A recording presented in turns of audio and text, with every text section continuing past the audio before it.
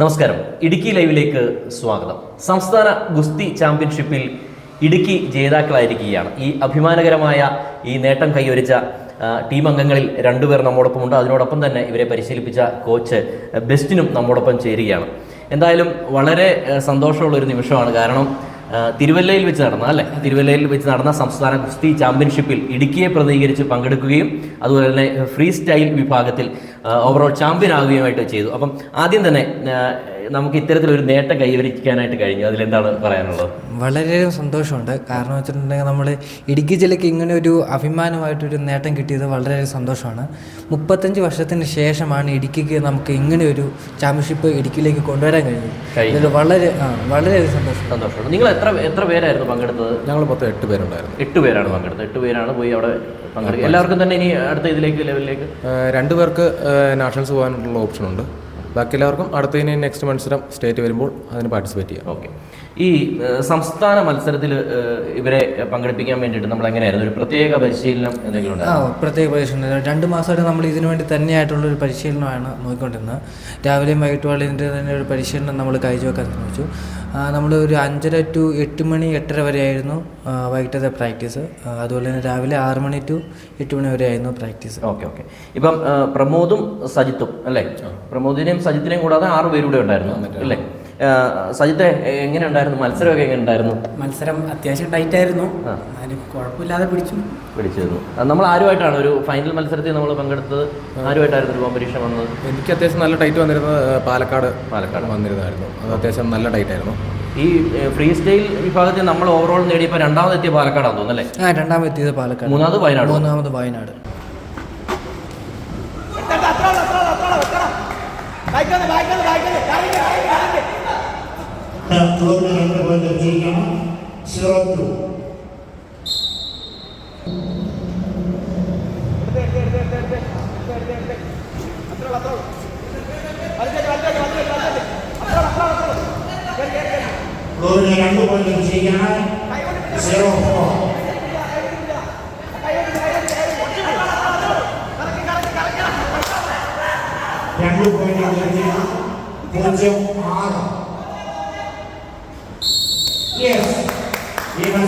Okay. എങ്ങനെ ഉണ്ടായിരുന്നു ഈ പൊതുവെ ഉണ്ടായിരുന്നു അവിടെ ഉണ്ടായിരുന്ന ഒരു മത്സരം?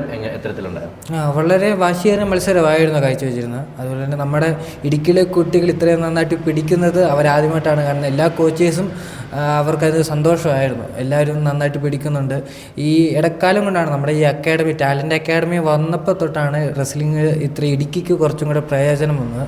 കാരണം വെച്ചിട്ടുണ്ടെങ്കിൽ സാറുമാരും പറയാൻ തുടങ്ങി. കാരണം വെച്ചിട്ടുണ്ടെങ്കിൽ സ്റ്റേറ്റിലെ നാഷണൽസിലെ റെഫറിമാരും കോച്ചേഴ്സും എല്ലാം പറയുന്നത് ഇടുക്കി കുറച്ചും കൂടെ മുന്നോട്ട് വരുന്നുണ്ട്.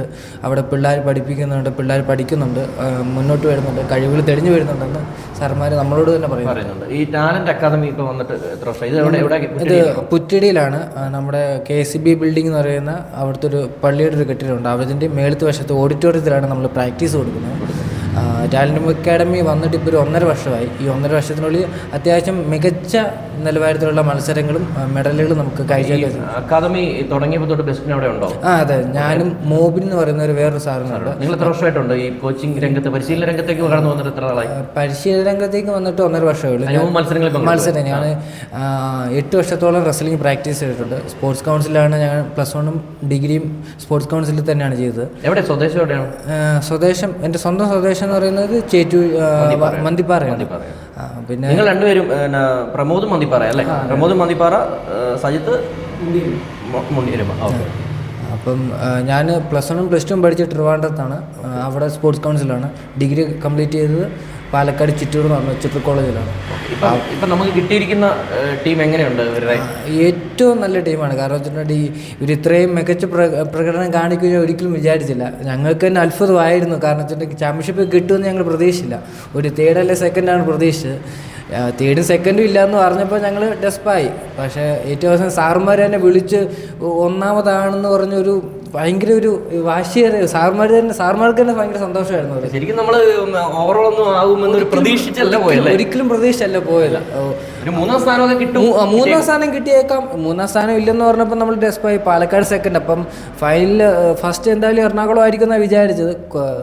നമ്മളോട് ഇത് ഇടുക്കി എന്ന് പറഞ്ഞ് അവർ ഭയങ്കര സന്തോഷത്തോട് പറഞ്ഞു. നമ്മൾ ഒരു മിനിറ്റ് നമ്മൾ സ്റ്റക്കായി പോയി. അത് കഴിഞ്ഞിട്ടാണ് ഞങ്ങൾ റിയാലിറ്റിയിലേക്ക് വന്നത്. ഈ മുമ്പേ സംസാരിച്ചപ്പോഴത്തേക്കും ഞാൻ പ്രമോദനോട് ചോദിച്ചു, ഈ ഫ്രീ സ്റ്റൈൽ വിഭാഗം അതെങ്ങനെയാണ് അതിൻ്റെ? നമുക്ക് റെസ്ലിംഗിൽ women's category free style Greco Roman എന്ന ഐറ്റമാണുള്ളത്. ഫ്രീ സ്റ്റൈൽ എന്ന് പറഞ്ഞാൽ നമുക്ക് ഫുൾ ബോഡി കോണ്ടാക്ട്, ആക്രമിക്കാനും ഡിഫെൻസ് ചെയ്യിക്കാനും അങ്ങനെയെല്ലാം നമുക്ക് ഫ്രീ സ്റ്റൈലിനകത്ത് പറ്റും. കാരണം വെച്ചിട്ടുണ്ടെങ്കിൽ കയ്യിൽ കാലിലും പിടിക്കാനൊക്കെ.